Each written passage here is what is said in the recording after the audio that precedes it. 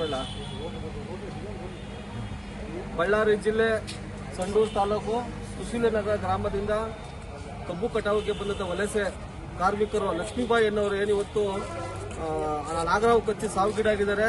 ಅವರಿಗೆ ಫ್ಯಾಕ್ಟರಿ ಕಡೆಯಿಂದ ಒಂದು ಸಣ್ಣ ಪರಿಹಾರ 50,000 ಕೊಟ್ಟಿದ್ದಾರೆ. ಹಾಗೆ ಮುಂದಿನ ದಿನಗಳಲ್ಲಿ ಸೋಮವಾರ ಮಾತುಕತೆ ಕಟ್ಟಿದ್ದಾರೆ.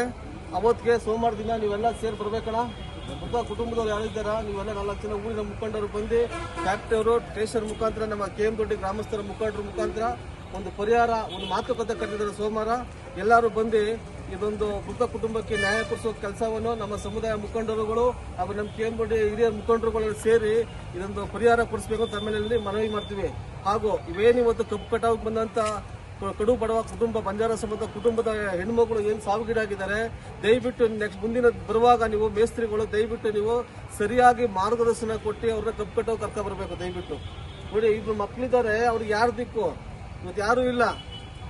ಕಬ್ಬು ಕಟಾವು ಕರ್ಕೊ ಬಂದಂತ ಮೇಸ್ತ್ರಿಗಳು ನೀವು ನಿಮ್ಮ ತಾಂಡಗಳಲ್ಲಿ ಏನಿದ್ದೀರಾ, ನೀವು ಮುಂದಿನ ದಿನಗಳಲ್ಲಿ ನೀವು ಸರಿಯಾಗಿ ಮಾಹಿತಿ ತಗೊಂಡು ಫ್ಯಾಕ್ಟರಿ ಕಡೆಯಿಂದ ಗದ್ದೆ ಓನರ್ ಕಡೆಯಿಂದ ನೀವು ಸರಿಯಾಗಿ ಮಾಹಿತಿ ತಗೊಂಡು ಕರ್ಕೊ ಬನ್ನಿ. ಇಲ್ಲಿ ನೋಡಿ, ಅವ್ರ ಗೋಳು 2 ದಿನ ಆಯ್ತು ಊಟ ಮಾಡಿ ಯಾರು ಸ್ಪಂದಿಸ್ತಾರೆ ಈ ಸಮುದಾಯಕ್ಕೆ? ನಮ್ಮ ಸಮುದಾಯದ ನಾಯಕರುಗಳು ಏನ್ ಮಾಡ್ತಾ ಇದ್ದಾರೆ ನೋಡಿ. ತಾಯಿ ಅಂದ್ರೆ ಒಬ್ಬಳೆ ಮಗಳು ಒಬ್ಬನೇ ಮಗ, ಆ ತಾಯಿ ಗಂಡ ಇಲ್ಲ ಪಾಪ. ಲಕ್ಷ್ಮೀಬಾಯಿ ಅವರ ಕುಟುಂಬಕ್ಕೆ ಗಂಡ ಇಲ್ಲ, ಕುಟುಂಬ ಹೆಂಗ್ ನಡೆಸ್ತಾರೆ? ದಯವಿಟ್ಟು ನೀವು ಕರ್ಕೊ ಬರುವಾಗ ಕಬ್ಬು ಕಟಾವಿಗೆ ಸರಿಯಾಗಿ ಮಾಹಿತಿ ಕೊಟ್ಕೊಂಡು ಈ ವಲಸೆ ಬರ್ತೀರಾ ಊರಿಗೆ ಬಿಟ್ಟು ಮಹಾರಾಷ್ಟ್ರ ಮೈಸೂರು ಭಾಗ ಈ ಕೊಳ್ಳೇಗಾಲ ಭಾಗ ಸುಮಾರು ಕಡೆ ವಲಸೆ ಹೋಗ್ತೀರಾ. ದಯಮಾಡಿ ನೀವು ಮಾಹಿತಿ ಕೊಟ್ಕೊಂಡು ಕರ್ಕೊ ಬನ್ನಿ. ಹಾಗೂ ಈ ಬಂದ ಕುಟುಂಬಕ್ಕೆ ದಯವಿಟ್ಟು ನಮ್ಮ ಊರಿನ ಮುಖಂಡರುಗಳು ಏನಿದ್ದಾರೆ KM ದೊಡ್ಡಿ ಮುಖಂಡರುಗಳು ಸೋಮವಾರ ಬಂದು ಈ ಬಡ ಕುಟುಂಬಕ್ಕೆ ನ್ಯಾಯ ಕೊಡಿಸೋ ಕೆಲಸ ನೀವು ಮಾಡಬೇಕಂತ ತಮ್ಮನ್ನು ಕೇಳ್ಕೊತೀವಣ್ಣ. ಓಕೆ.